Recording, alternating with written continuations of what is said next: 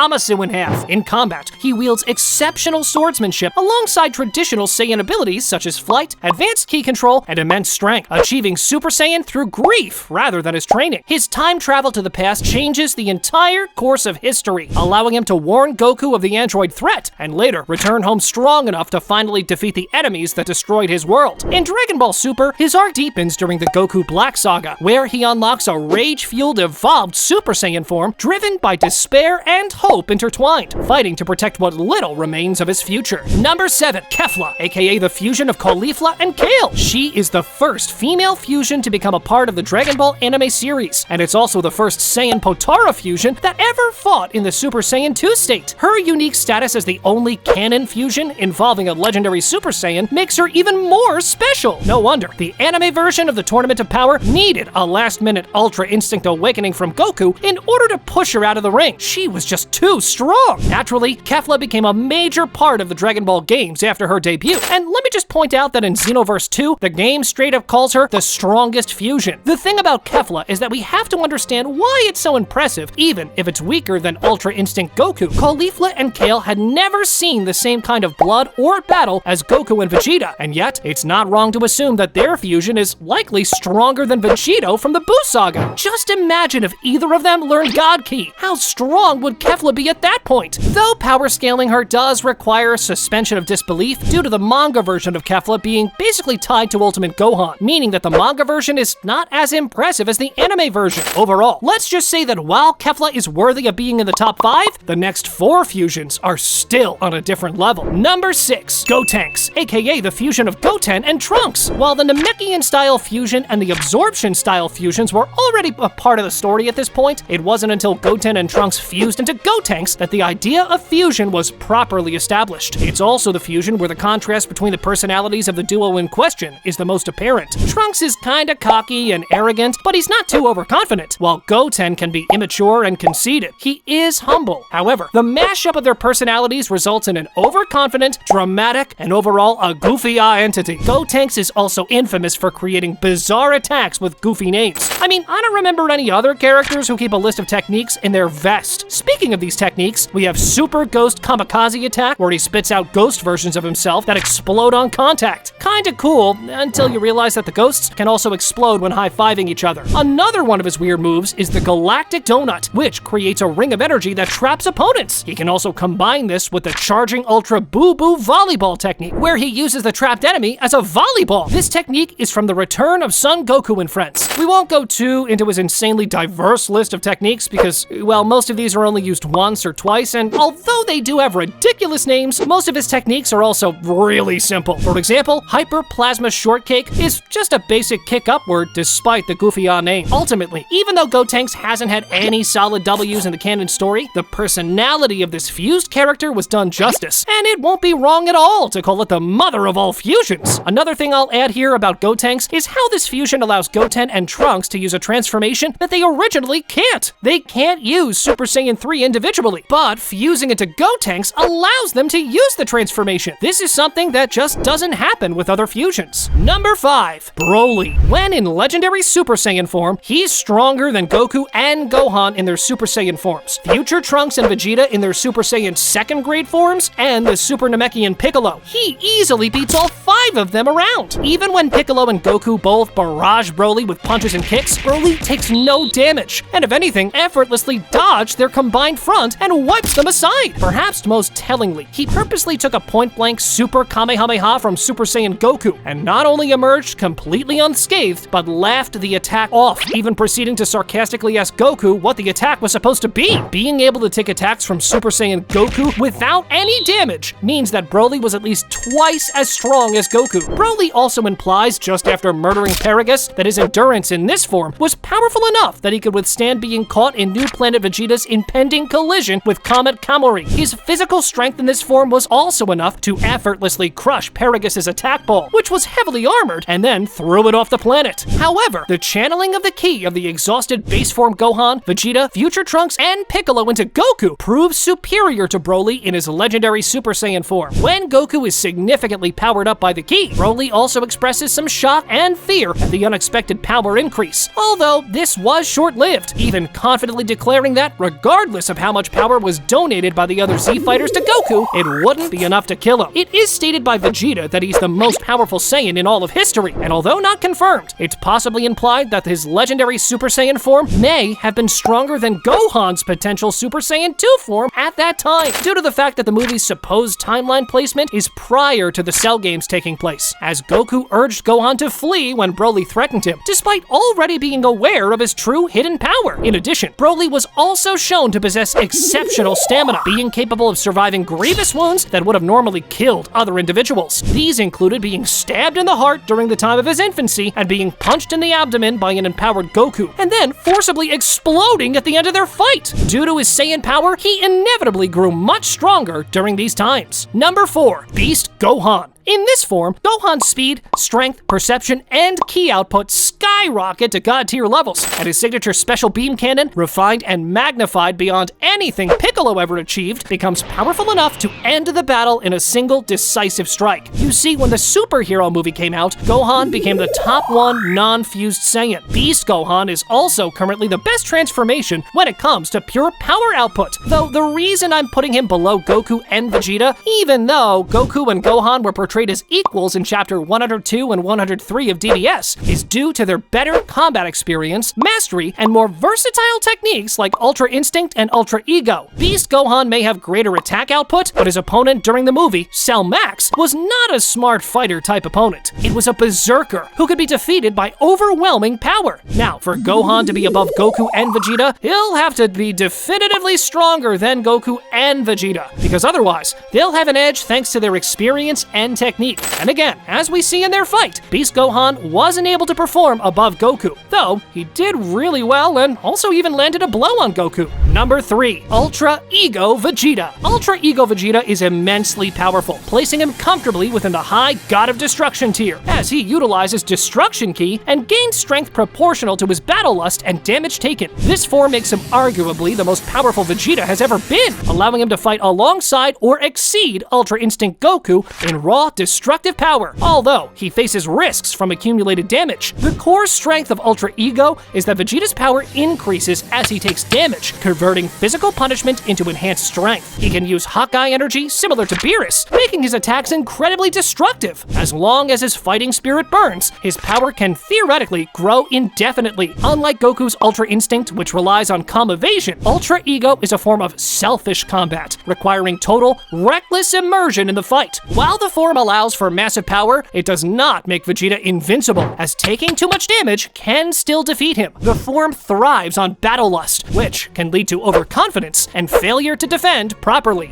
Number 2. Ultra Instinct Goku. The core of Ultra Instinct is autonomous movement, where Goku's body acts without needing brain command. This makes him nearly untouchable by his opponents. Later forms like True Ultra Instinct in the manga are even stronger, allowing him to fight threats like gas. Initially, the form caused severe strain on his body. However, Goku has since refined his mastery, allowing for better stamina management, although he still hasn't reached the level of angels. While arguably stronger than a god of destruction, he remains below the level of angels like Whis. And finally, number 1, Gogeta, or Vegito. Both transformations are relative to each other, and are currently the peak of Saiyan prowess in the canon media. Vegito and Gogeta are both the absolute pinnacle of fusion power in Dragon Ball, created from the same two Saiyans, Goku and Vegeta, but through different methods, which shape how their strength is expressed. In raw power, they are generally considered roughly equal, as both fusions multiply Goku and Vegeta's combined strength to god-tier extremes far beyond what either could achieve alone, even with Ultra Instinct or Ultra Ego individually. Where the difference really shows is in efficiency and combat behavior. Vegito, formed via the Potara earrings, tends to display overwhelming dominance with relentless pressure, brutal precision, and near total control, often toying with opponents because he knows he's untouchable. Gogeta, created through the fusion dance, is more streamlined and lethal, wasting less time and focusing on ending fights decisively, as seen when he completely overwhelms Broly in Dragon Ball Super Broly without ever being pushed to his limits. Historically, Potara fusion was stated to be superior to the fusion dance, which is why Vegeta was treated as the stronger fusion in Dragon Ball Z, but later material in Dragon Ball Super reframes this so that the gap is negligible or non-existent, especially when both are using god forms like Super Saiyan Blue. The real trade-off comes down to stability and and duration. Vegito's power output is so extreme that it burns through the fusion time rapidly, causing him to defuse early, while Gogeta maintains a more stable balance and is less prone to premature separation. Thanks for watching this video. Make sure you like and subscribe, and click on this video next for more great anime content. Go on, check it out!